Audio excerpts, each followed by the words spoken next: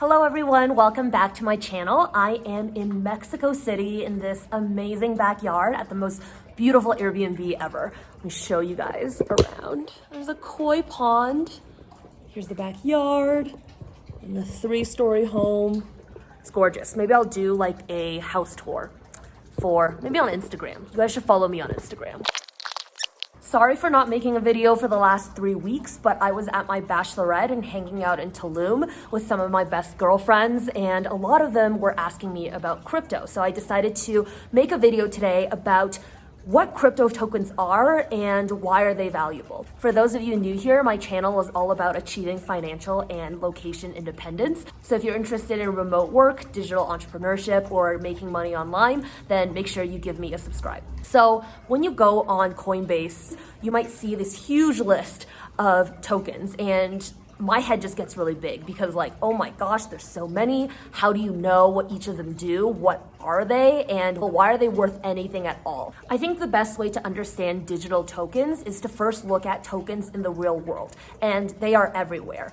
To start, let's look at currencies. So there's the Canadian dollar, the US dollar, the euro, the Australian dollar, the RMB, the Japanese yen. There's so many different real world currencies. And when you go to that country, you need to use their currency to interact with that economy. So when you go to the US, you need to use the US dollar to purchase goods and exchange your money for services. This is similar to the crypto world of tokens, where one specific token is usually tied to a specific economy, and you need to use that token to interact with that economy. For example, in certain games, you need to use that game token to buy skins, to buy up-level products, and that is what you need to play that game. Just like you need to exchange USD to euros to buy goods or exchange for services in Europe, you also need to exchange USD for the game's tokens in order to participate in the gaming economy.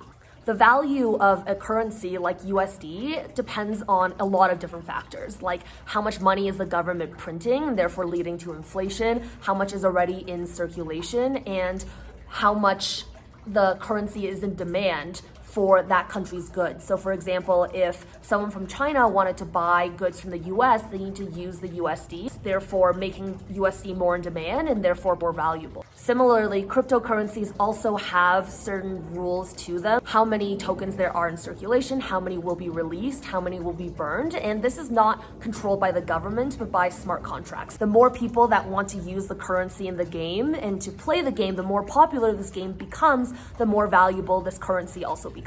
Let's look at another example where you buy a bus pass. You're exchanging your fiat currency like USD into bus currency in order to ride that bus. The incentive for us to lock up money into the bus system is because we get a discount on riding this bus. It's cheaper to buy a monthly pass if you're riding every day instead of paying for single bus tickets. Similarly to a bus currency giving you access to ride the bus, a token might give you access to something else that you desire, like access to a concert, like a concert ticket, or access to a community full of resources. NFTs are a form of Web3 token. Like NFT stands for non-fungible tokens, so meaning there's really only one of them in the world, but nevertheless, they're still tokens. A new NFT project that I found recently is Wow Pixies. They use the funds collected through the NFT sale to invest in other projects, and every holder of this NFT reaps the returns of any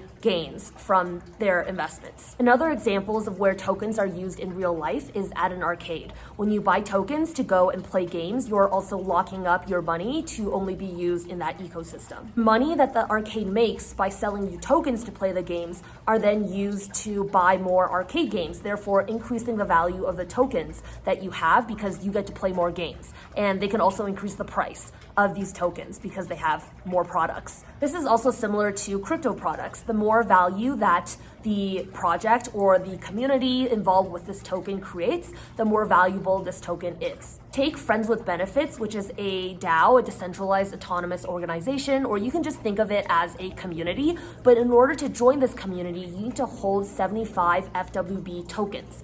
And at the beginning, FWB tokens were worth very little, but now they're worth $50. They've had a high of like $80, and it costs more and more to join the community because this community now has value. They use the fund to invest in events for their members, a newsletter, to create more projects like NFTs, and therefore increasing the value of being part of this community. More people then wanted to join this community to reap the benefits, and therefore driving up the demand for these tokens, increasing the price as well. Holders of FWB tokens are also incentivized to contribute more in order to increase the value of the community and therefore the value of their existing tokens.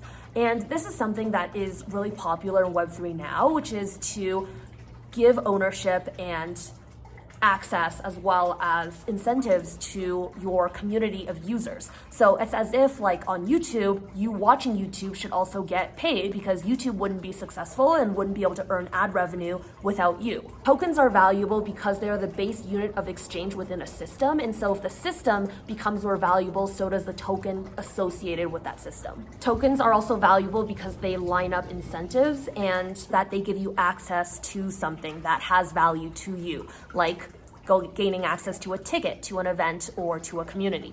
By holding certain tokens, you can be rewarded just for supporting this project. People are still really experimenting in the Web3 world on what you can do with tokens.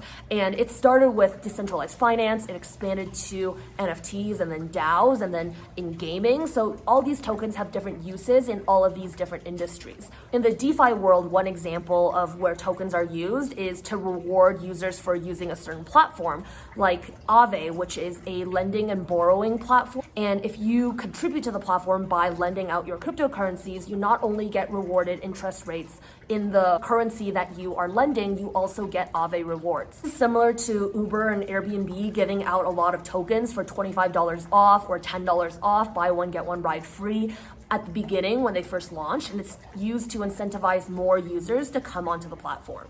And these Aave tokens are then used for governance, meaning that if you own Aave tokens, you actually can vote on where the protocol goes, what kind of operations they run, interest rates potentially, and all these different project proposals, you'll have a say in their ecosystem. And as well, it can be used for staking purposes where you lock up your tokens in order to help secure their network. This is something that I'm not going to talk about staking and the, technology behind staking, but you can read up into blockchain technology and how consensus is reached, and I'll link some resources in the comments.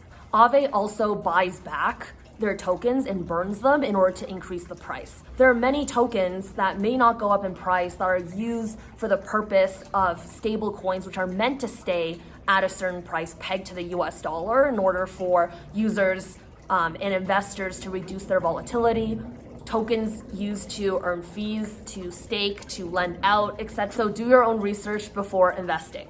In gaming, as mentioned, users can play to earn. And as an example, Axie Infinity, which is one of the top gaming platforms in the crypto world, has a token called SLP. And because so many people in the Philippines play this game, SLP is actually accepted in grocery stores and a lot of different product and service industries in the Philippines because everyone seems to play, and therefore this currency holds value. Example in DAOs is where a token is not just used for access, like Friends with Benefits, but also used for governance and voting on where the project goes. There's like Constitution DAO, which was trying to buy up the Constitution, and there's also DAOs trying to buy up golf courses. People also buy NFTs to either flip the art or just collect the art, or as an entry ticket to the community. People have always come together in communities for the things that they're interested in buying, from Pokemon cards, baseball cards, luxury bags, vintage clothes.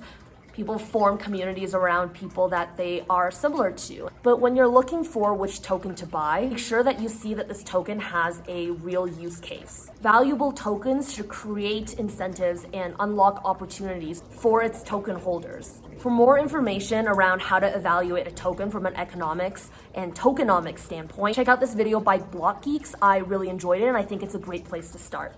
That's all from me though. I hope this was an informative video and a great introduction to why tokens even hold value and what they are used for in the Web3 world. If you want to see more videos in the Web3 space explained by me to the average person, then make sure that you let me know in the comments below.